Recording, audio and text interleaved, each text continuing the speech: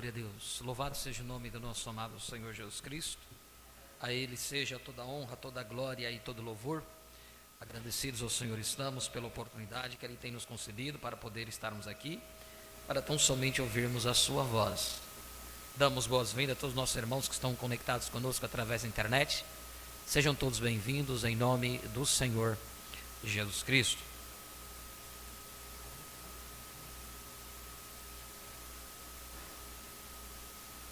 Nós queremos iniciar o estudo da mensagem à era de Éfeso,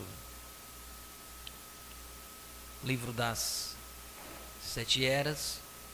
Porém aqui nós vamos estudar o livro, uma exposição das 7 eras, né? E nesta mensagem, a era de Éfeso, nós vamos ver e ter um entendimento de como Deus trabalhou na primeira era. Nós precisamos entender que os selos e as eras estão conectados. Os selos e as eras estão conectados. Quando nós entendemos o que aconteceu na primeira era, e logo após, porque o profeta pegou as eras em 60, e logo após, em 63, ele nos trouxe a revelação dos selos, e aí entendemos que cada mensageiro foi um selo. Eu estava ontem citando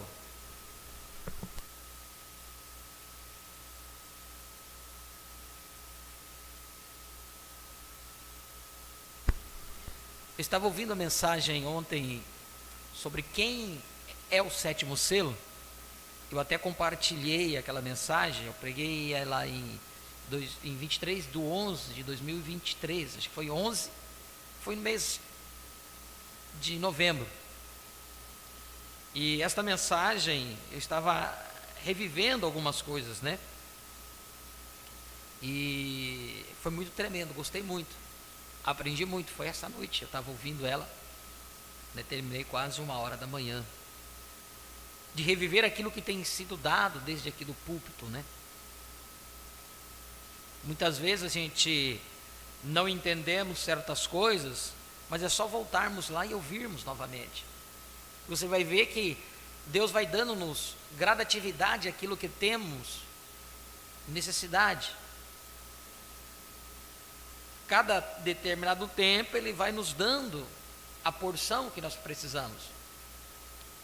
E esta primeira era, a era de Éfeso, condensada com o primeiro selo, e antes, quando nós estudamos os selos, nós vimos, o profeta disse que esta 7ª era, a 7ª era, que no caso a era de Laodiceia, ela seria uma era tão terrível e tão tenebrosa, a ponto que quando o anjo desenhou através da nuvem, mostrou ao profeta a lua, estava ela total na escuridão. Ainda quando o profeta desenhou, ainda deixou um fiozinho de luz. Vocês tomarem ali naquele banner das 7 eras, vocês vão ver. E ele nos disse aqui no livro dos selos, que esses espíritos, porque quando nós olhamos para o 4º cavaleiro, o cavalo amarelo, é uma mescla, uma mistura de todos os 3 outros poderes, e ele atua com total força na era da águia, porque Deus trouxe uma unção para combater esse espírito, e a unção da águia. Nós aprendemos lá no livro dos selos isto. Por que eu estou falando sobre isso? É porque quando nós entramos nas eras nas eras, nós precisamos entender que aquilo que aconteceu na era de Éfeso estaria acontecendo na 7ª era. Lembrando que nós não estamos mais na 7ª era, porque a 7ª era expurgou Cristo para fora. Mas para que vocês possam entender que haveria uma mescla das artimanhas de Satanás, que tudo aquilo que ele operou em cada era, ele estaria operando novamente no tempo final.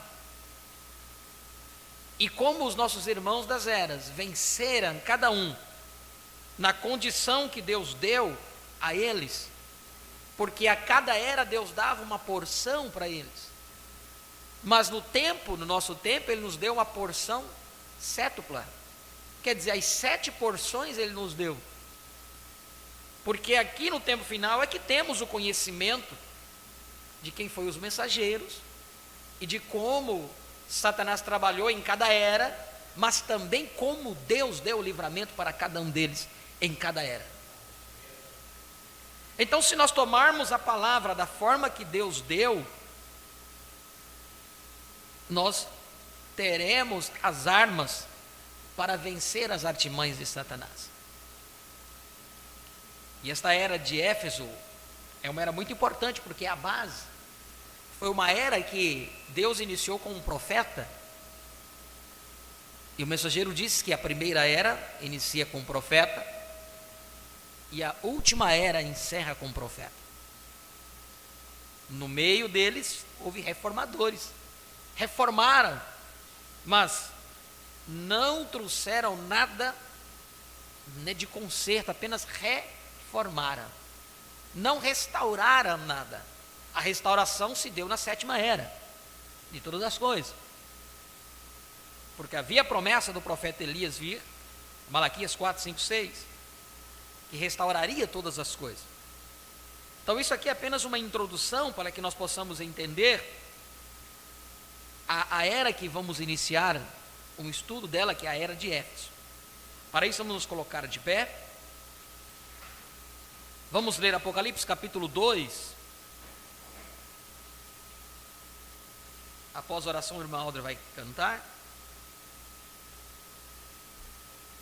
Apocalipse capítulo 2, versículo 1 ao 7, que nos diz: escreve ao anjo da igreja de Éfeso, isto diz aquele que tem na sua destra as 7 estrelas, que anda no meio dos 7 castiçais de ouro.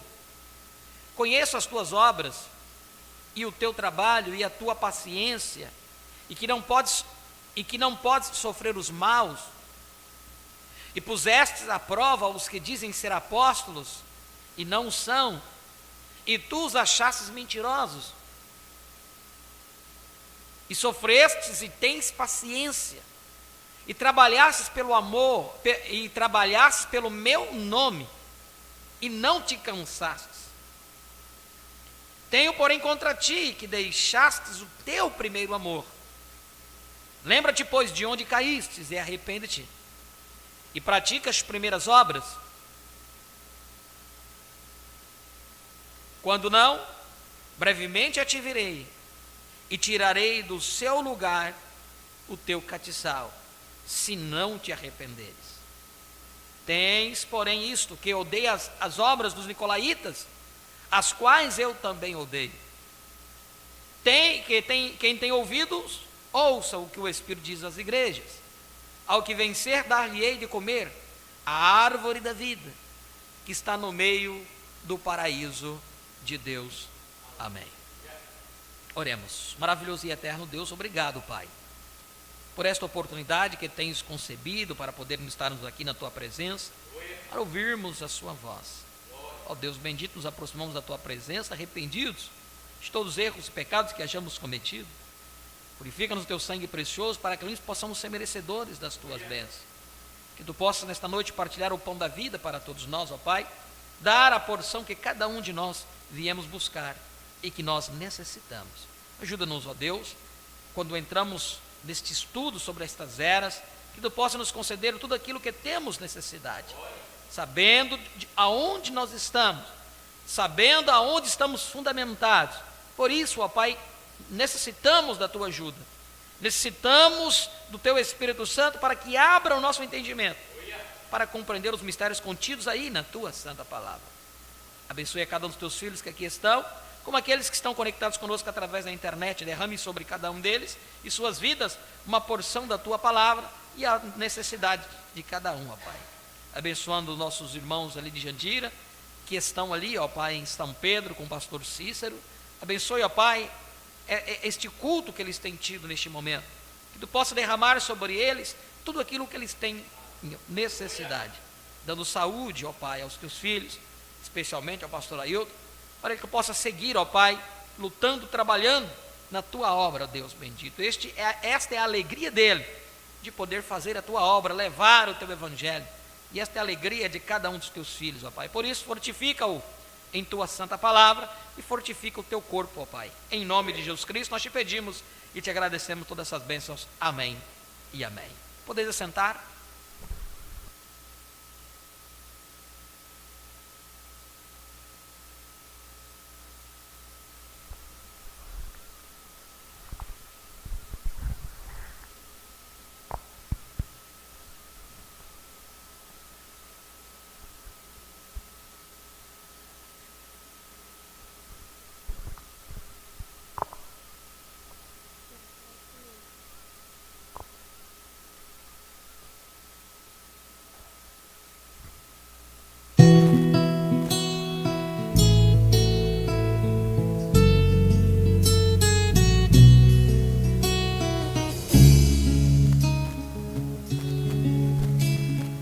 Onde estavas tu quando eu fora da terra?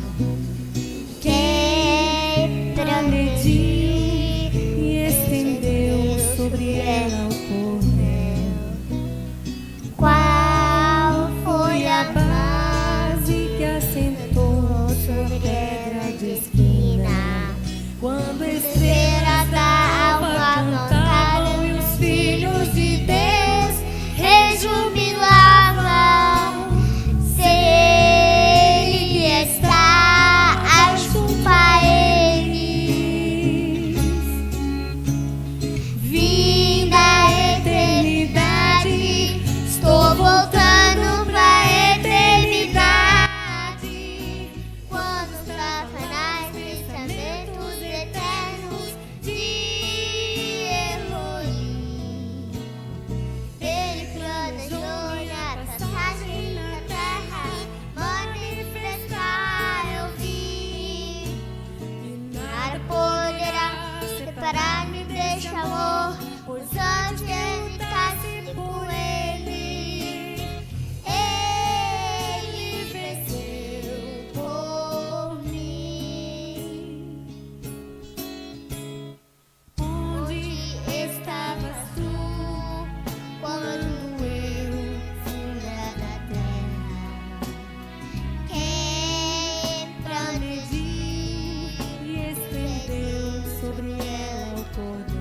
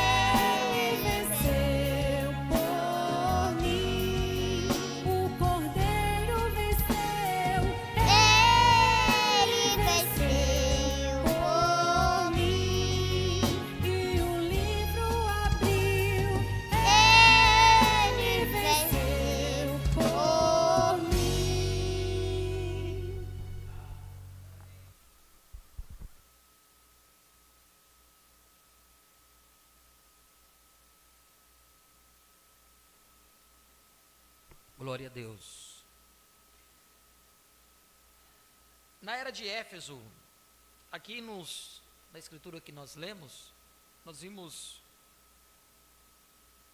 grandes conselhos, grandes advertências, punição também. Nós vimos que Deus está atento a tudo, porque Ele tem visto a paciência, o sofrimento que cada um estava passando naquela era. Ele estava olhando também, achando eficiente, que eles colocavam à prova os falsos ensinadores, os falsos apóstolos.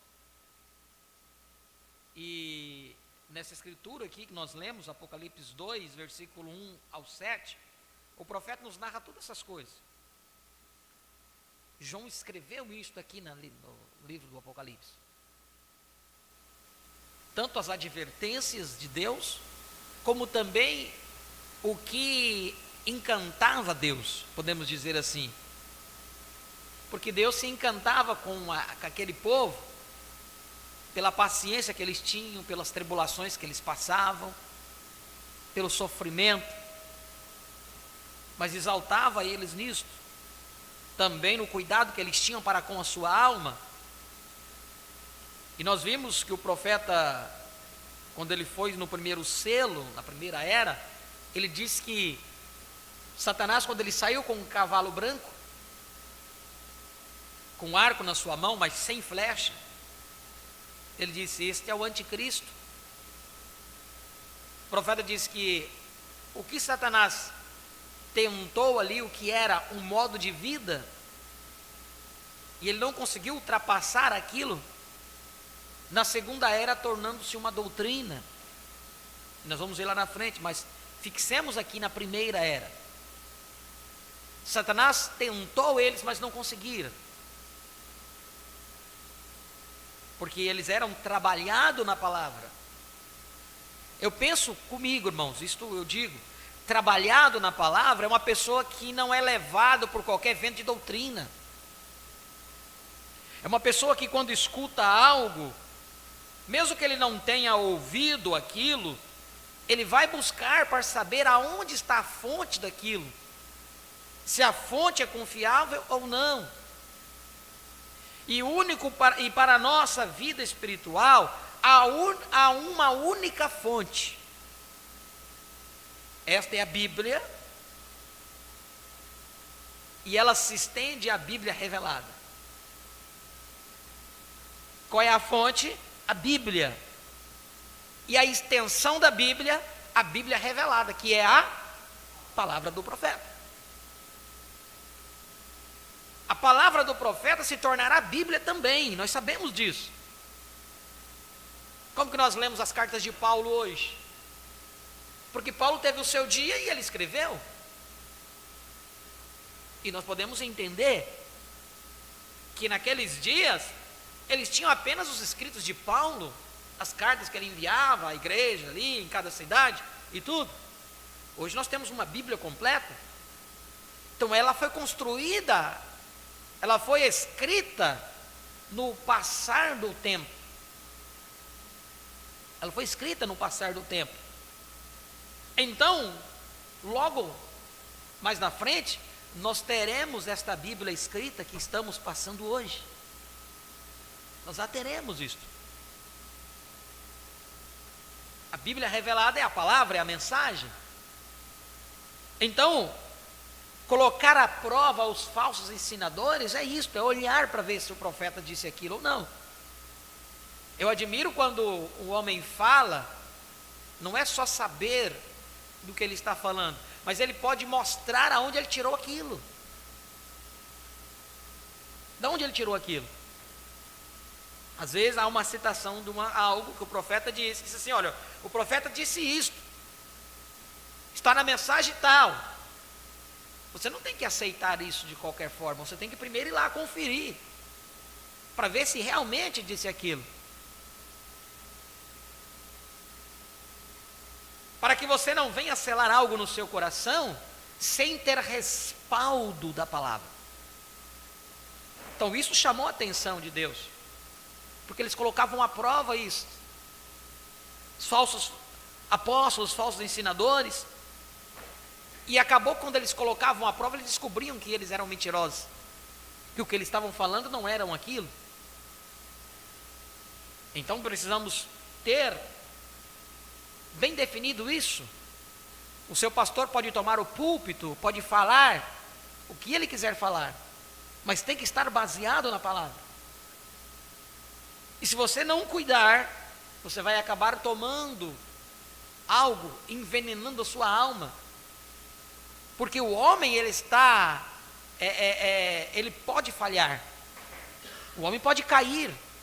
O diabo pode passar uma rasteira no entendimento dele e fazer ele ir além do que estava destinado a ele.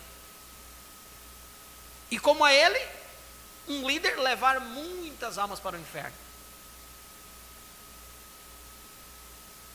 Agora, cada um de nós, como indivíduo, temos a responsabilidade com nossa alma.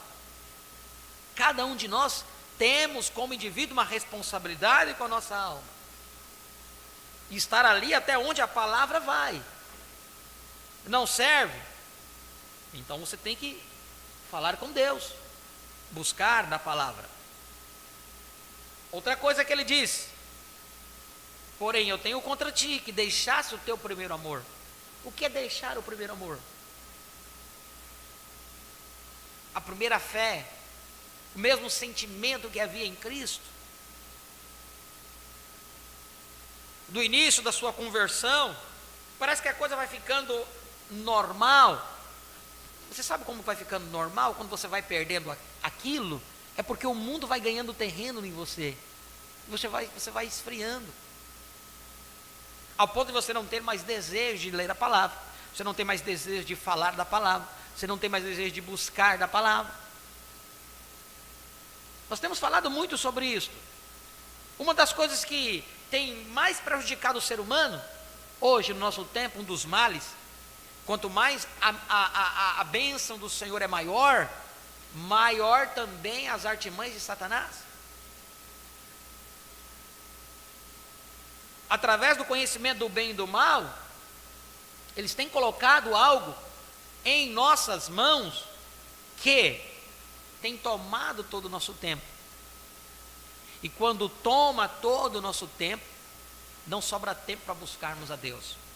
Não sobra tempo para orarmos, não sobra tempo para buscar. Por exemplo, algo falou mas eu não ouvi aquilo, vou buscar na palavra. Toda vez que estamos falando aqui, trazendo uma palavra, estamos usando, citando o parágrafo, a mensagem, você não anota, você não pega, marca, você não vai lá ouvir aquilo para que você, ao ouvir a palavra, ela se encarne em você. Então você fica como levado por um vento, igual uma folha seca. O vento sopra, leva para lá, o vento sopra, leva você para lá, e você fica levado. Então, trazendo para nós a revelação, Cristo veio. Não, Cristo não veio. Cristo veio. Não, Cristo não veio. Está por vir. Você fica levado, você fica jogado para um lado para outro, não entendendo o tempo e as etapas de Deus. O que vem junto da vinda do Senhor? Então, quando a gente precisamos entender que, se não vir, o que vem quando a vinda do Senhor é uma realidade? Estava hoje lá na casa do irmão Ginaí, e estávamos falando. Quantas vezes temos falado sobre a mensagem do arrebatamento? E o profeta disse que 3 coisas acontecem: o alarido, voz de arcanjo e a trombeta de Deus. E essas 3 coisas acontecem quando ele está descendo. Se nós não entendermos em que campo se aplica isso, como se aplica isso, estamos ainda andando esperando uma trombeta tocar, para que nós possamos se preparar, para que possamos ir casar, para que possamos subir nas nuvens e casar, quando tudo isso acontece quando ele está descendo. E ele desceu em 63. quando você não entende, pega isso, irmãos. Quando você não entende o tempo em que você está vivendo, você é jogado a viver um tempo que já passou. Quando você não entende o tempo que você está vivendo, você é levado a viver um tempo que já passou. Hoje não é mais tempo de noivado, é tempo de casamento, é tempo de casado. Você tem que ter uma intimidade com Cristo, você tem que ter uma intimidade com a palavra, tem que ser colocada uma semente no seu ventre, para que você possa produzir o filho palavra. E em estágio de noivo você não pode fazer isso. Então, se você não entender o tempo em que você está vivendo, você é levado a estar um tempo que já passou. Uma das coisas que Deus também, Ele disse uma coisa: olha, vocês deixaram o primeiro amor, hein? Mas eu tenho uma coisa aqui. Se vocês não se arrepender, eu vou tirar o castiçal de vocês. Lembra-te de onde caístes. Aonde você perdeu aquele desejo de poder estudar a palavra? Onde você perdeu o desejo de ouvir mais de Deus, mais e mais? Quando você perdeu o desejo de ler a palavra, para ficar escutando homens dizendo as turbas aí, os seus entendimentos de cabeça, e você acha que aquilo é a palavra de Deus? Onde? Lembra-te onde você caiu? Onde que isso te seduziu? Eu vou dizer para você, se você não se arrepender, eu vou vir e vou tirar o teu castiçal. Uma repreensão do anjo à igreja de Éfeso. Mas, após esta repreensão, ele diz assim: também tem, porém, isso, que odeias as obras dos nicolaítas, como eu também odeio. Temos também algo em comum aí, viu? Então Deus está falando com você como se tivesse um pai te repreendendo, falando: meu filho, ó, eu acho bacana isso em você, eu admiro isso em você, ó, você puxou a mim, você também não gosta disso, eu também não gosto, mas ó, você está errando nisso, você tem que se arrepender, porque senão você vai colher o que você está plantando. E a nicolaítas, aqui, eu fui buscar a tradução de nicolaítas. É um grupo denominado nicolaíta, participava de uma seita que procurava difundir ensinos contrários ao evangelho e aos ensinamentos já estabelecidos no início da era cristã. Por que que esta era final não é uma era nicolaíta? Porque ela vem restaurando o quê? A fé apostólica. Ela nos traz a uma restauração que uma vez foi lá estabelecido. Paulo disse muita coisa que ele não sabia o que ele estava falando. Sobre a unção de Deus, ele falou. Quizás ele não pôde entender, mas hoje nós entendemos o que Paulo falou lá. A restauração dessas coisas. Então veja, nicolaítas é o grupo denominado nicolaítas, participava de uma seita que procurava difundir ensinos contrários ao evangelho e aos ensinamentos já estabelecidos no início da era cristã. O objetivo deles era corromper as doutrinas das igrejas e perverter os costumes. Já. O anjo disse: olha, tens, porém, isto que odeias as obras dos nicolaítas, as quais eu também odeio. Deus também odeia o espírito nicolaíta. Eles vêm para quê? Para corrompe o entendimento das pessoas, dos crentes. O objetivo é isto, é corromper.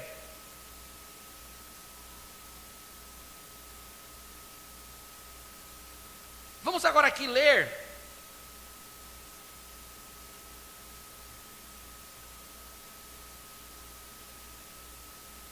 isso aqui que eu disse foi apenas uma base para nós possamos iniciar a leitura, para nós possamos entender. Tudo isso que eu falei, vocês já sabem. Estamos apenas revivendo isso, mas agora com mais intensidade. porque Deus tem derramado sobre nós uma autoridade, não sobre mim, mas sobre nós todos, uma autoridade da palavra. E cada um de nós temos isso, este cuidado de olhar para a palavra. Vamos aqui no capítulo 3 deste livro, lembrando, irmãos, esse livro é um livro das 7 eras, não é o livro completo, não é a mensagem completa, é um estudo, um compêndio. Eu estou em busca de conseguir o livro, as 7 eras completo para nós estudarmos, porque há um assunto aí, que nós vimos na mensagem, a revelação de Jesus Cristo, que é a primeira mensagem deste livro aqui. O profeta disse um assunto de 2 modos. Hoje eu estive conversando com o irmão Genaí, mas eu não vou entrar nesse assunto. Quizás talvez amanhã eu possa entrar. Então nós vimos que na mesma mensagem, aqui está falando uma coisa e na mensagem o profeta está falando outra. Não é problema nenhum quanto a isso, né? Mas isso aqui é um livro, é um estudo, é um compêndio, é um extrato, não é a mensagem completa. E nós vamos ler a mensagem completa, que é a mensagem, a primeira, Apocalipse 1, que é a revelação de Jesus Cristo. Nós vamos ler ela, para nós tirarmos uma dúvida aqui. Eu não vou falar agora, porque para não baralhar o estudo nosso aqui, tá bom? Mas vamos ler aqui, capítulo 3, a era de Éfeso.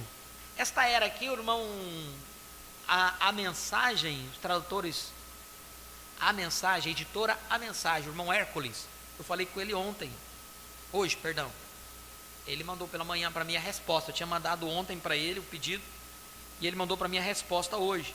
Eles traduziram esta mensagem, a era de Éfeso, já completa.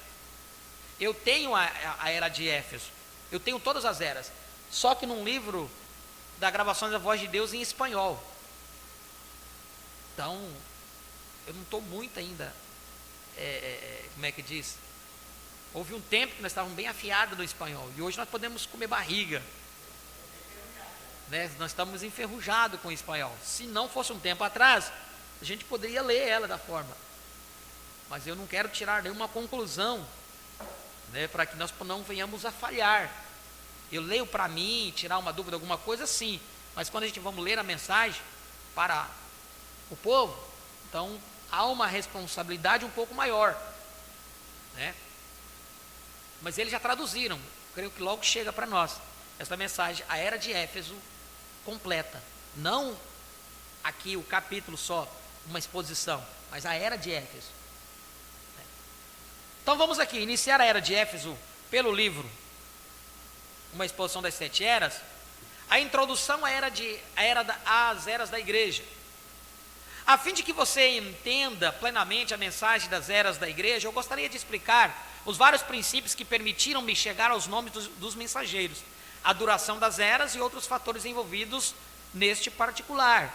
Uma vez que este estudo seria o mais sério que eu já empreendera até esta ocasião, eu busquei a Deus durante muitos dias, pela inspiração do Espírito Santo. Só então li as Escrituras sobre as eras da igreja, e me aprofundei nas muitas histórias da igreja, escritas pelos mais imparciais historiadores que pude encontrar. Deus não falhou em responder a minha oração, porque porquanto eu li a palavra e as histórias, foi-me permitido pelo Espírito Santo ver descortinado um padrão, que se estende através dos séculos e até exatamente este último e presente dia. A chave que me foi dada pelo Senhor, pela qual pude determinar o mensageiro para cada era, é extremamente escriturística. De fato, ela poderia ser chamada a chave básica da Bíblia. É a revelação de que Deus nunca muda, e de que seus caminhos são tão imutáveis como Ele é. Em Hebreus 13:8 diz, Jesus Cristo é o mesmo ontem, hoje e eternamente. Eclesiastes 3:14 e 15 diz, eu sei que tudo quanto Deus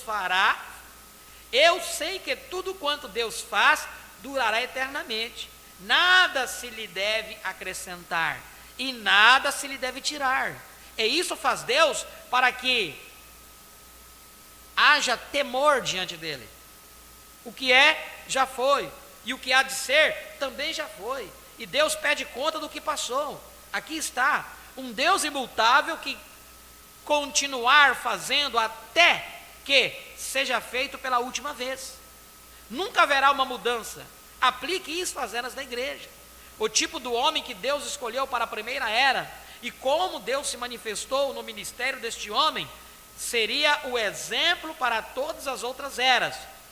O que Deus fez na primeira era da igreja é o que Ele quer fazer em todas as outras eras. Agora, nós sabemos exatamente, segundo a palavra que foi registrada pelo Espírito Santo, como a primeira igreja, ou a original, foi fundada, e como Deus manifestou-se nela. A palavra não pode mudar ou ser mudada, porque a palavra é Deus. João 1:1. No princípio era o verbo estava com Deus e o verbo era Deus. Mudar uma palavra dela, como Eva fez, traz pecado e morte. Assim como diz em Apocalipse 22:18 ao 19, se alguém lhes acrescentar alguma coisa, Deus fará vir sobre ele as pragas que estão escritas neste livro. E se alguém tirar quaisquer palavras do livro desta profecia, Deus tirará a sua parte da árvore da vida e da cidade santa, que estão escritas neste livro. Assim, o que a igreja foi no Pentecostes é o modelo. Este é o padrão. Não há nenhum outro padrão. Não importa o que os eruditos digam. Eruditos, estudiosos. Deus não tem mudado este padrão. O que Deus fez no Pentecostes, Ele tem que continuar fazendo até que as eras da igreja terminem. Há um padrão. Embora os eruditos digam a você que a era apostólica acabou, não creia nisso. Tal afirmação é errada por dois motivos. Primeiramente, é errado supor que não haja mais apóstolos, só porque os 12 originais estejam mortos. Um apóstolo significa um enviado. E há muitos enviados hoje, porém são chamados de missionários. Enquanto homens estiverem sendo chamados e enviados com a palavra devida, há uma era apostólica prosseguindo. Em segundo lugar, eles se referem a uma era de poder manifesto do Espírito Santo, como estando encerrada desde que a Bíblia foi completada. E isto é inverídico. Não há sequer uma escritura que surja aqui, não há sequer uma escritura que sugira isso. Porém, muitas afirmam conclusivamente o contrário. Aqui está a nossa prova de que ambas as declarações são falsas. Atos 2, 38, 39.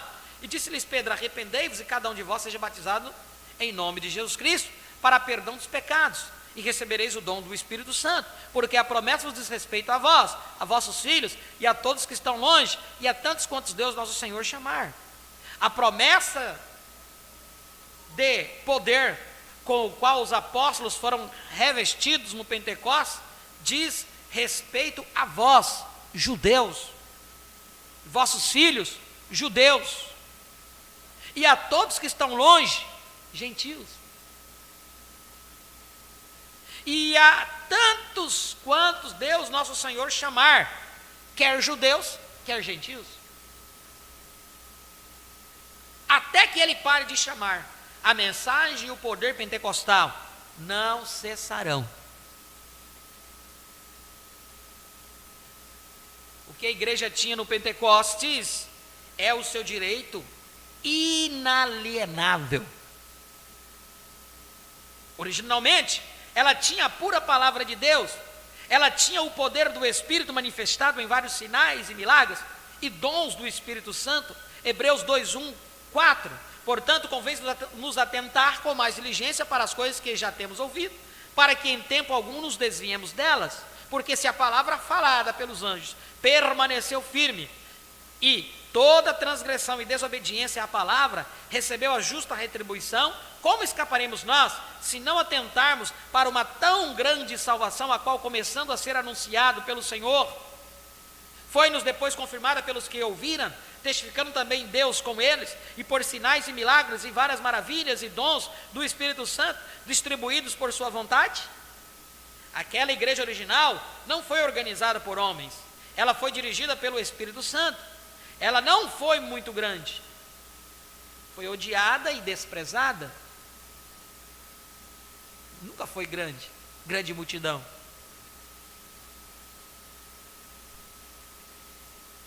Foi oprimida,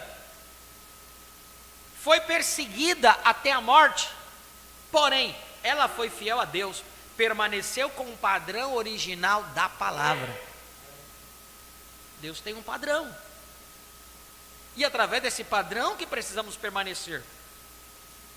Agora, não se engane aqui, quando eu disse que Deus e seus caminhos nunca mudam, eu não disse que a igreja e seus mensageiros não poderiam mudar. A igreja não é Deus, portanto ela pode mudar. Mas o que eu disse foi que, por causa do Deus imutável, com caminhos imutáveis, podemos voltar ao princípio e ver o primeiro e perfeito ato de Deus, e então julgar por este modelo. É assim que é feito. A verdadeira igreja sempre procurará ser como a original do Pentecostes. A verdadeira igreja de hoje procurará se aproximar daquela primeira igreja primitiva. E os mensageiros para as igrejas, tendo o mesmo Espírito de Deus neles, tentarão se aproximar do apóstolo Paulo. Eles não serão exatamente como ele, mas os verdadeiros mensageiros serão aqueles que chegam o mais próximo de Paulo.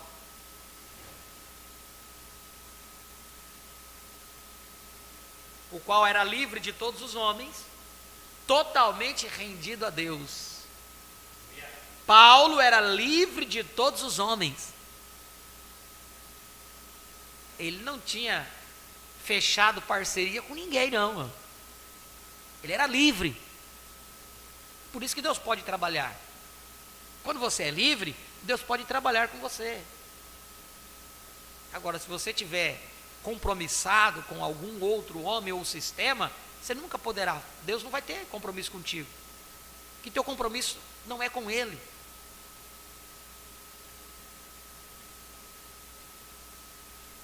É assim que é feito. É assim que é feito. A verdadeira igreja sempre procurará ser como a original do Pentecostes. A verdadeira igreja de hoje procurará se aproximar daquela primeira igreja primitiva. E os mensageiros para as igrejas, tendo o mesmo Espírito de Deus neles, tentarão se aproximar do apóstolo Paulo. Eles não serão exatamente como ele, mas os verdadeiros mensageiros serão aqueles que chegam ao mais próximo de Paulo, o qual era livre de todos os homens, totalmente rendido a Deus. Divulgava somente a palavra de Deus e manifestava o Espírito Santo em poder.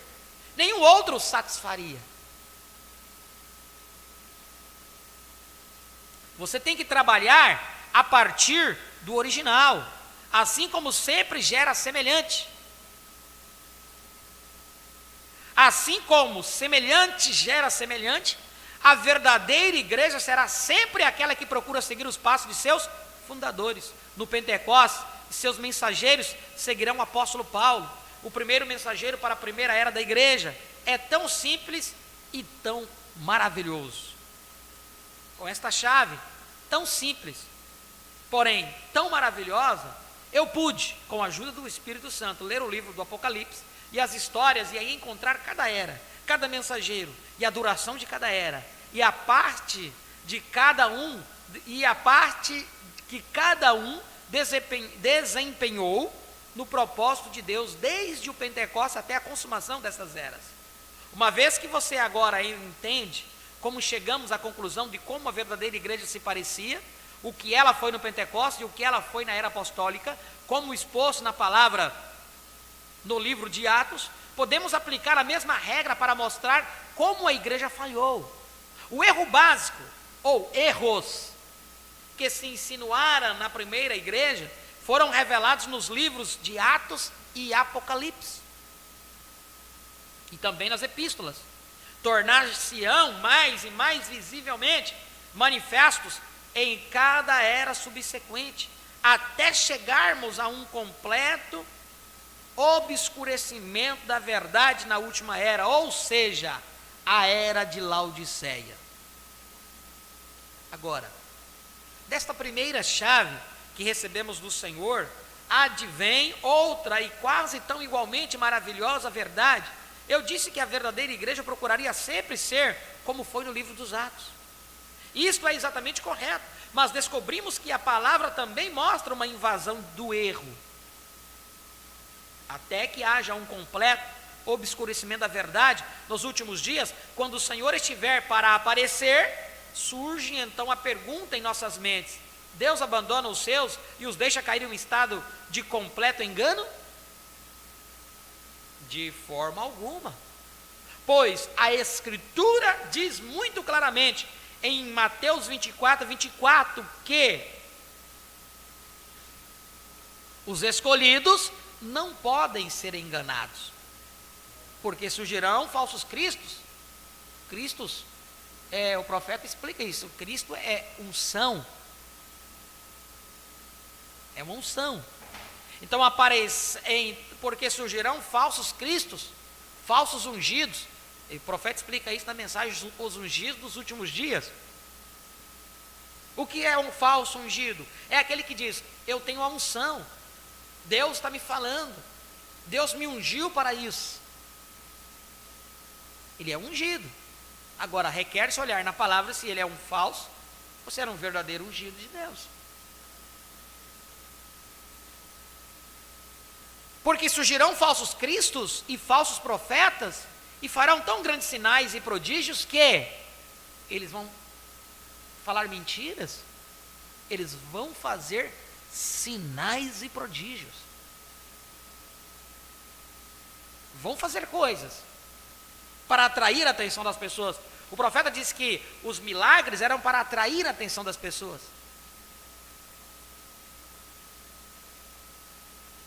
E farão tão grandes sinais e prodígios que, se possível for, enganariam até os escolhidos.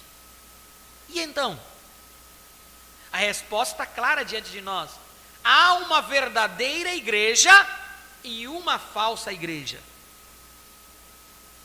Há uma verdadeira vinha e uma falsa vinha. Mas é claro que a falsa igreja, o corpo da falsa vinha, sempre procurará usurpar a posição da verdadeira igreja e sustentar que ela, e não os eleitos, são os verdadeiros e autênticos. Então ela, como falsa, ela vai querer tomar o lugar da verdadeira e provar que a verdadeira é falsa e que a falsa, ela é a verdadeira.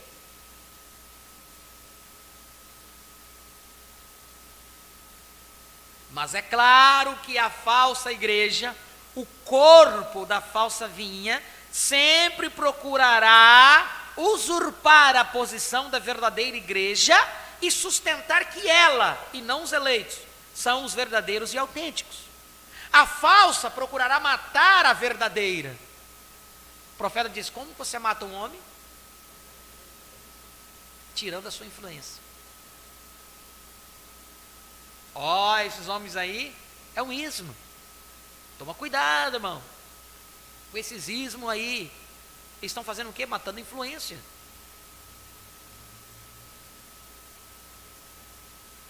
A falsa procurará matar a verdadeira. Foi assim no livro de Atos. É assim que é exposto nas 7 eras. E é assim que está declarado nas várias epístolas. É assim que foi. É assim que é agora. É assim que será. Não pode mudar. Agora, sejamos muito cuidadosos para não nos confundirmos neste ponto. Assim, vamos esquadrinhar a palavra para validar esta afirmação. Voltemos ao livro de princípio, Gênesis.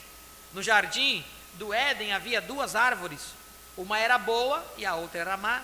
Uma produzia vida e a outra produzia morte. Houve dois filhos que originalmente ofereceram sacrifícios a Deus. Deixe-me repetir isto. Ambos ofereceram sacrifício a Deus.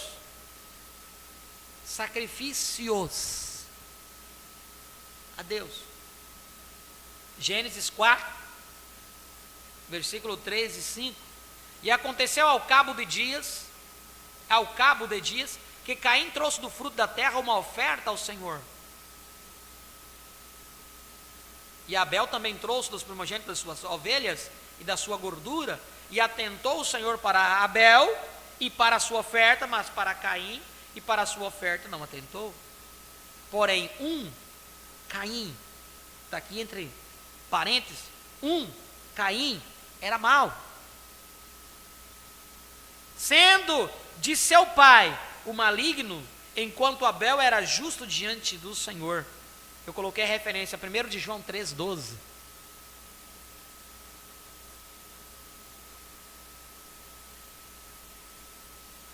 Porém, Caim, que era mau, sendo de seu pai o maligno, e aqui você vai lá, o pai, o maligno, é o mesmo de São João 4, quando Jesus teve o confronto com aqueles fariseus. Veja se não é São João 4. Eu não coloquei essa referência aqui. 1 João 3:12 é onde fala que não como Caim, que matou o seu irmão. E por que causa matou? Porque as suas obras eram justas e as de seus irmãos eram más. Porque as obras do seu irmão eram justas e a dele eram más.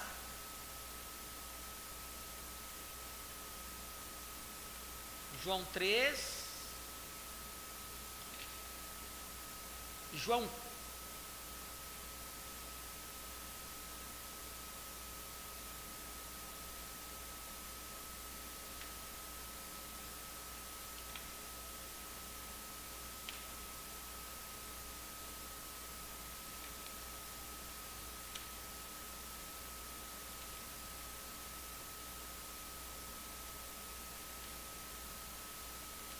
Deixa eu ver aqui, irmãos.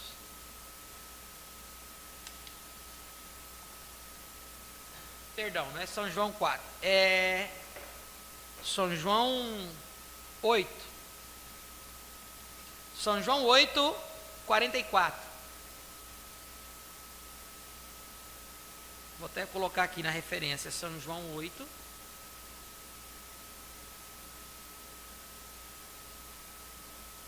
(8:44).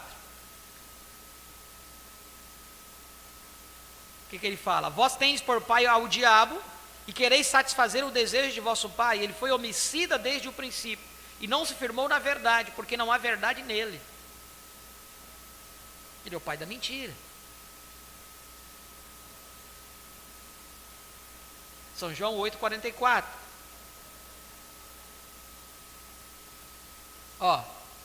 E aconteceu ao cabo de dias que Caim trouxe do fruto da terra uma oferta ao Senhor, e Abel também trouxe dos primogênitos de suas ovelhas e da sua gordura, e atentou o Senhor para Abel e para a sua oferta, mas para Caim e para a sua oferta não atentou. Porém, Caim era mau, sendo de seu pai o maligno. Aí São João 3:12. Enquanto Abel era justo diante do Senhor. Outra vez houve dois filhos provenientes da carne dos mesmos pais. Foram os gêmeos de Isaque e Rebeca. Um era eleito de Deus e o outro era réprobo. Ambos adoravam a Deus. Em cada caso em particular, a adoração a Deus estava envolvida. Em cada caso, o mal odiava o justo e perseguia o justo. Em alguns casos, o mal destruiu o justo. Mas note, eles foram plantados juntos, eles viviam juntos, faziam alegações quanto a Deus e o adoravam. Uma observação aqui. Os dois gêmeos primeiro, provenientes de uma mãe, porém dois pais. Agora, por que aqui no ventre, no mesmo ventre, saíram os dois? De Isaac e Rebeca. A pergunta. Vocês já pararam para vocês pensarem nisso? Do primeiro, 2 gêmeos, porém 2 pais. Um ventre, 2 pais. Nasceram gêmeos. Mas um era filho da serpente e outro era filho de Deus. Já aqui mais na frente, com Isaac e Rebeca, saindo da linhagem de Abraão, 2 ventres, de Jacó, hein? 2 ventres. Em um ventre, 2 sementes, uma diferente da outra, proveniente do mesmo pai, que saiu de Isaac. Era um pai só, Esaú e Jacó. Porque lá no princípio foi misturado as sementes. Houve uma mescla, uma mistura das sementes.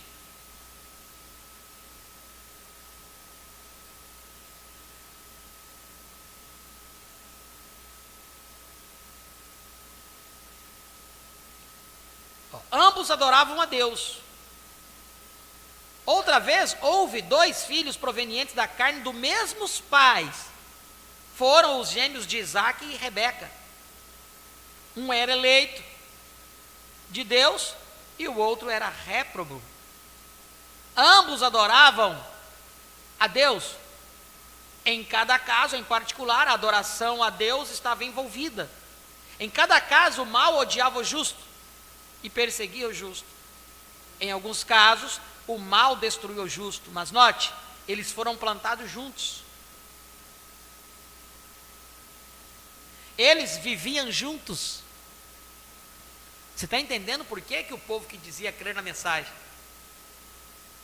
Uns voltaram para trás, outros seguem ali, mas seguem na era de Laodiceia. Aí se dividiu. Houve uns que voltaram para trás, houve outros que não quiseram avançar, e teve uns que avançaram.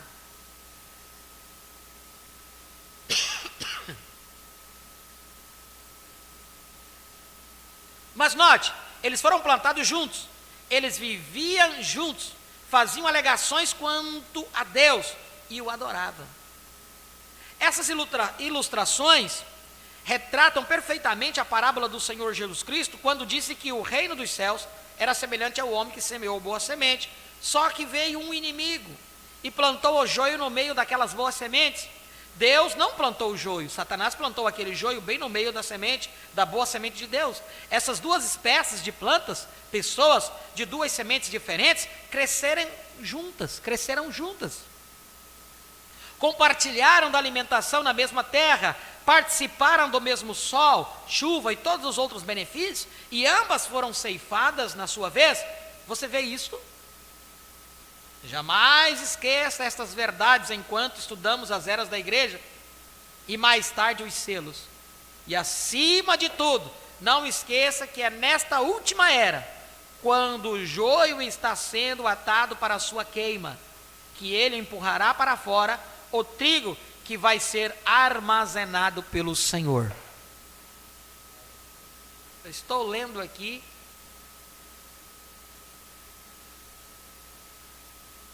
e o que eu estava esperando de Deus me veio. Irmão Genaí vai estar ouvindo aí, irmão Genaí, me veio. Mais tarde compartilharei contigo isso. A nossa dúvida sobre algo. Quizás amanhã eu vou falar na escola.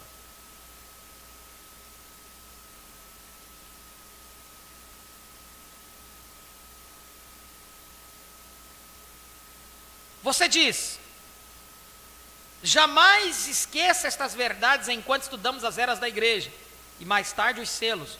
E acima de tudo, não esqueça que é nesta última era, quando o joio está sendo atado para a sua queima, que ele empurrará para fora o trigo que vai ser armazenado pelo Senhor.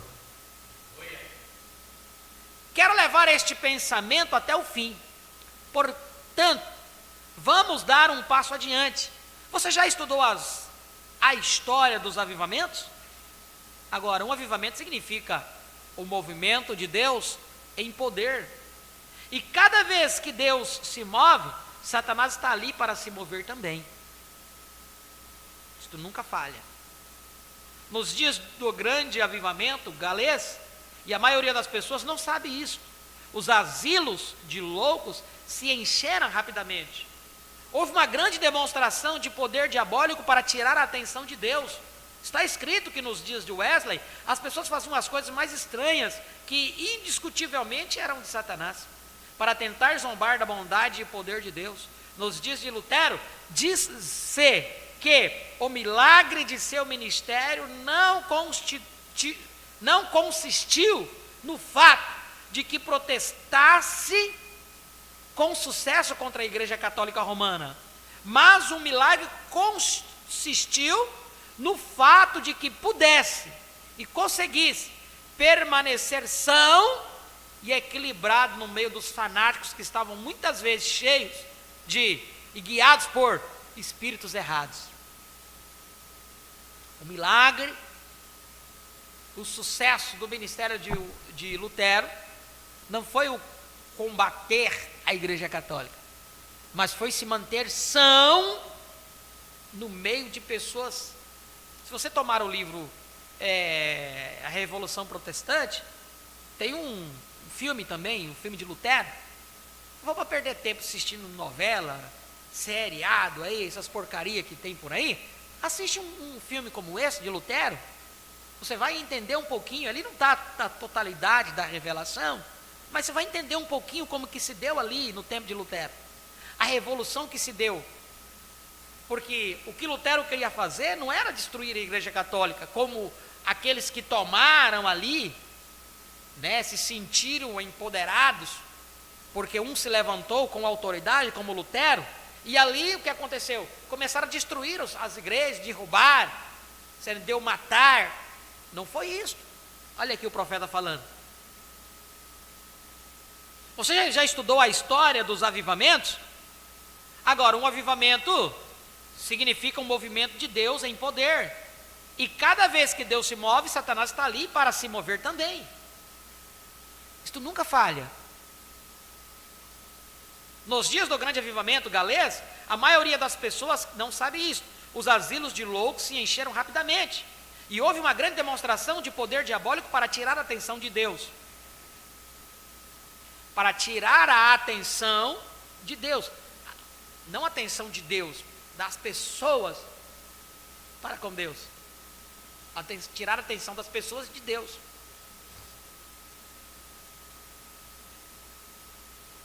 Está escrito que nos dias de Wesley as pessoas faziam as coisas mais estranhas, que indiscutivelmente eram de Satanás, para tentar zombar da bondade e o poder de Deus. Aí ele entra nos Lutero. Nos dias de Lutero, diz-se que o milagre de seu ministério não consistiu no fato de que protestasse com sucesso contra a Igreja Católica Romana, mas o milagre consistiu no fato de que pudesse e conseguisse permanecer são e equilibrado no meio dos fanáticos que estavam muitas vezes guiados por espíritos errados. Se você tem se conscientizado do ministério destes últimos dias, você terá notado a mesma invasão de espíritos falsos e malignos. Tem que ser assim. Agora, eu espero e confio que você tenha suficiente mentalidade espiritual para entender isto e captar nisto. Amém. Apenas para selar este assunto acerca da verdadeira e falsa vinhas, misturando-se e demonstrando os dois espíritos que estão em operação, vamos olhar em 1 de João 4, 1 e 4, Judas 3, 4, 12. Amados, não creais a todo espírito, mas provai se os espíritos são de Deus, porque já muitos falsos profetas se têm levantado no mundo. Nisso conhecereis o Espírito de Deus. Todo o espírito que confessa que Jesus Cristo veio em carne, é de Deus. E todo espírito que não confessa que Jesus Cristo veio em carne não é de Deus, mas este é o espírito do anticristo, do qual já ouvistes que há de vir, e eis que está já no mundo.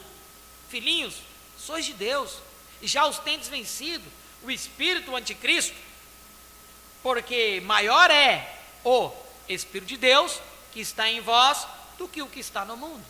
Judas 3, 4 e 12. Amados, procurando eu escrever-vos com toda diligência acerca da salvação comum, tive por necessidade de escrever-vos e exortar-vos a batalhar pela fé, que uma vez foi dada aos santos, porque se introduziram alguns não santos, esses não entraram no aprisco por meio da porta, portanto, são salteadores, que já antes estavam escritos para este mesmo juízo, homens ímpios, que convertem em dissolução a graça de Deus e negam a Deus, único dominador e Senhor nosso, Jesus Cristo. Estes são manchas em vossas festas de caridade, banqueteando-se convosco, apacentando-se a si mesmos, sem temor. Não pode ser negado diante dessas escrituras que a verdadeira igreja e a falsa igreja estão entrelaçadas, tendo sido plantadas juntas, porém, de sementes diferentes. Então agora acho que há algo mais que você deve saber. As 7 igrejas às quais João escreveu ficam na Ásia Menor, e são todas igrejas gentias. Ele não fala a igreja de Jerusalém, que era na sua maior parte judia, com talvez apenas alguns gentios nela. A razão é que Deus voltara-se dos judeus para os gentios. Assim, o conjunto das eras da igreja é Deus tratando com os gentios e chamando uma noiva gentia para si mesmo. Isto faz das eras da igreja e da plenitude dos gentios a mesma e a única coisa. Atos 13, 44 e 48. E no sábado seguinte ajuntou-se quase toda a cidade a ouvir a palavra de Deus. Então os judeus, vendo a multidão, encheram-se de inveja e, blasfemando, contradiziam o que Paulo dizia. Mas Paulo e Barnabé, usando de ousadia, disseram: era mister que a vós se vos pregasse primeiro a palavra de Deus, mas visto que a rejeitais e vos não julgais dignos da vida eterna, eis que nos voltamos para os gentios, porque o Senhor assim nolo mandou. Eu te pus para a luz dos gentios. Ouvindo isto, alegraram-se e glorificavam a palavra do Senhor, e creram todos quantos estavam ordenados para a vida eterna. Romanos capítulo 11, do 1 ao 8. Digo, pois, porventura rejeitou Deus o seu povo? De modo nenhum, porque também eu sou israelita, da descendência de Abraão, da tribo de Benjamim. Deus não rejeitou o seu povo, que antes conheceu. Ou não sabeis o que a Escritura diz de Elias, como fala a Deus contra Israel, dizendo: Senhor, mataram os teus profetas e derribaram os teus altares, e só eu fiquei, e buscam a minha alma. Mas o que lhe diz a resposta divina? Reservei para mim 7.000 varões, que não dobraram os joelhos diante de Baal. Assim, pois, também agora neste tempo ficou um resto, segundo a eleição da graça. Mas se é por graça, já não é pelas obras. De outra maneira, a graça já não é graça. Pois que o que Israel buscava não alcançou, mas os eleitos o alcançaram, e os outros foram endurecidos. Como está escrito: Deus lhes deu espírito de profundo sono, olhos para não verem, e ouvidos para não ouvirem, até o dia de hoje. Romanos 11, 25, 29. Porque não quero, irmãos, que ignoreis este segredo, para que não presumais de vós mesmos, que o endurecimento veio em parte sobre Israel, até que a plenitude dos gentios haja entrado, e assim todo Israel será salvo.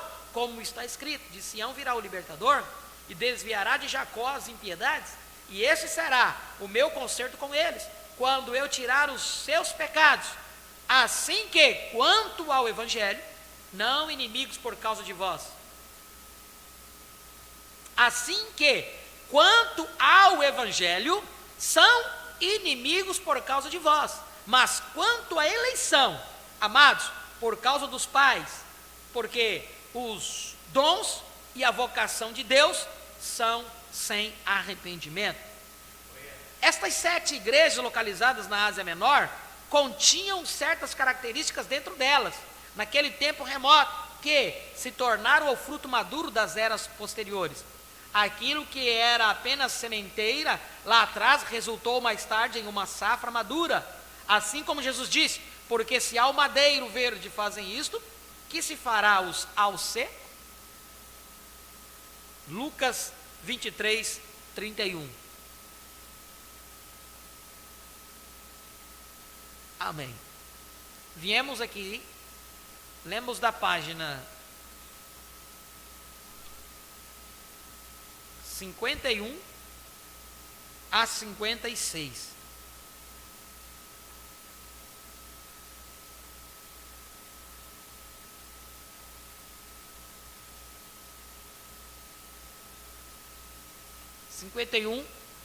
A 56.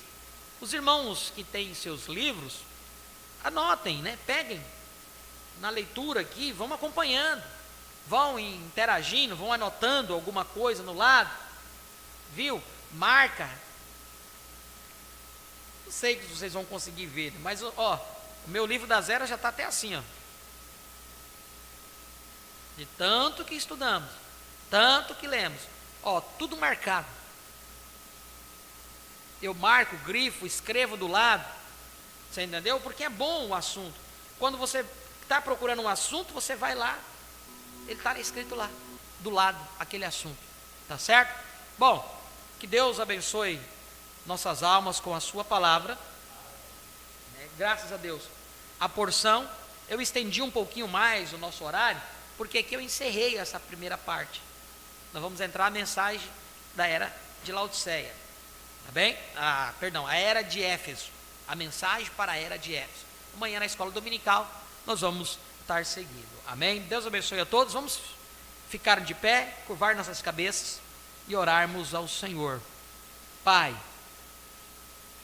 em nome de Jesus Cristo, nós te agradecemos, Senhor Jesus, pela tua bondade e pela tua infinita misericórdia, pela porção concedida-nos da tua santa palavra nesta noite, ó Pai, nesse entardecer onde estudamos aqui, encerrando esta semana com gratidão em nossos corações pela proteção, por tudo que tu tens feito em nossas vidas, já desde mão, dando as boas-vindas ao novo dia que se iniciará amanhã, ó Pai, desta semana, e estaremos aqui novamente na tua presença para tão somente ouvirmos a sua voz. Ajuda-nos, Senhor, continue nos falando, demonstrando-nos através da tua palavra e do teu Espírito Santo.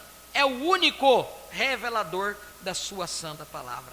Em nome de Jesus Cristo, abençoe cada um dos teus filhos que aqui estiveram, como aqueles que estiveram conectados conosco através da internet. Abençoe concedendo-lhes tudo aquilo que eles tenham necessidade. Esta é a nossa oração e o nosso pedido, ó Pai, que possa curar o enfermo e libertar o cativo. Em nome de Jesus Cristo. Amém e amém. Nós vamos aqui comunicar aos nossos irmãos que estiveram conectados conosco através da internet. Os irmãos estiveram interagindo aí, né, pelo chat. Deus abençoe a todos vocês. O irmão Letácio até colocou, eram os crentes de Bereia, certo? Pastor Samuel? Sim. O irmão Cosme também, sempre interagindo conosco. Né, isto é importante para nós, né, irmãos? Quando vocês vão falando aí, a gente vai vendo que vocês estão conectados mesmo com aquilo que está sendo falado, estão entendendo. Se nós falarmos alguma coisa, está errado, você pode colocar aí também, está errado, não é assim não, o profeta não disse isso. Mas vamos meditar com o nosso coração, né? Conferir com a palavra, fazer o que os irmãos das eras de Éfeso faziam, eles colocavam à prova os falsos ensinamentos. Agora, como que eles descobriam os falsos ensinamentos? Não é perguntando para um, perguntando para outro. É indo na palavra. Viu? Você só vai descobrir os falsos ensinamentos é descendo na palavra. Não é perguntando para um. Se você perguntar para um, aquele que não entendeu ou não viu aquilo, vai dizer para você ao contrário. Ele vai falar aquilo que ele entendeu, aquilo que ele viu. Mas vai para a palavra. A palavra é o melhor lugar para nós encontrarmos a solução daquilo que temos necessidade para conhecer. Amém? Vamos aqui comunicar aos nossos irmãos.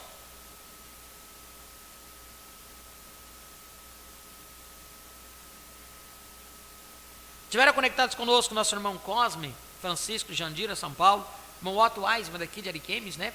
Irmão Juraci Sobrinho, daqui de Ariquemes também. Irmã Kelly Apuc Luiz, Tangará da Serra, Mato Grosso. Irmã Ivonete Lopes, Cachoeirinha, Rio Grande do Sul. Irmão Davi Araújo, Jandira, São Paulo. Irmã Fátima Brito, Deus abençoe, irmã Fátima. Eu acho que essa é a irmã do irmão Erivelto. Eu acho que é, irmã Fátima Brito. Eu acho que é. Sei, posso estar equivocado, né? Deus abençoe, irmã Fátima Brito. Irmão Letácio Júnior, né? Maceió, Alagoa. Deus abençoe, irmão Letácio. Irmã Carmelita, irmão José dos Santos, Jandira, São Paulo. Irmã Maria José, Alto Paraíso. Irmão Marcelo Estevão, Rio Grande do Sul. Deus abençoe a todos os nossos irmãos que estiveram aí conectados através da internet. Que o Senhor possa vos abençoar ricamente, né? Pela audiência de cada um de vocês. Nosso irmão Genaí Teixeira, né? Eu já falei. Não colocou. Ou não colocou aqui. Irmão Genaí Teixeira, irmã Cida de Montenegro, né? Deus abençoe a todos os nossos irmãos aí. Amanhã, se o Senhor nos permitir, às 9 da manhã, aqui, e o irmão Jailson de Souza também, né? Estava conectado aí. Deus abençoe o irmão Jailson de Souza. Amanhã, às 9 horas da manhã, estaremos aqui na Escola Dominical, através desse canal, Tabernáculo do Senhor também, para continuar dando sequência no estudo da uma exposição das 7 eras, a era de Éfeso. Deus abençoe, e um louvor, e após o louvor estaremos despedidos.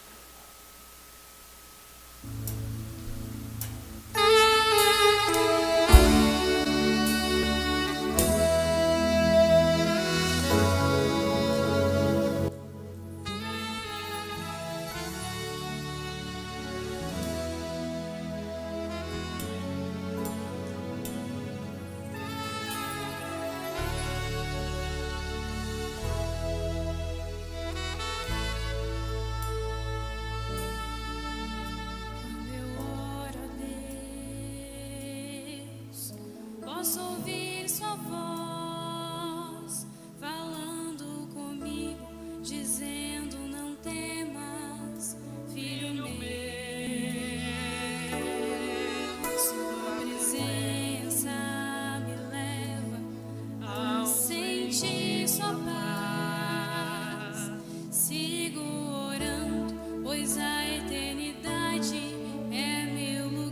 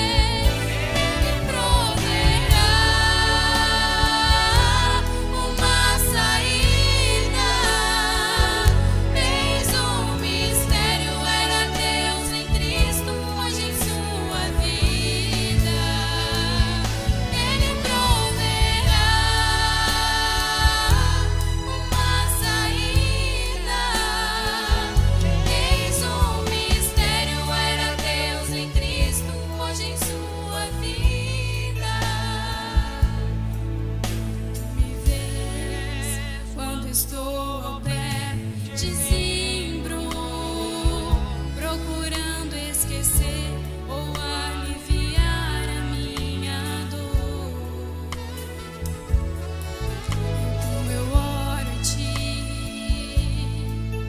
ó Senhor do céu, pois a Tua palavra é o que me satisfaz. Sigo orando, eu vou orando, me posicionando sobre as trincheiras de Satanás. Eu vou marchando, marchando eu vou. O que Deus preparou pra mim, não vou esquecer. Ele proverá uma saída. Eis o mistério, era Deus em Cristo, hoje em sua vida. Ele proverá uma saída. Eis o mistério, era Deus em Cristo, hoje em sua vida. Eis o mistério, era Deus em Cristo, hoje em sua vida. Eis o mistério, era Deus em Cristo, hoje em nossas vidas. Eis o mistério, era Deus em Cristo, hoje em nossas vidas. Deus abençoe em nome de Jesus.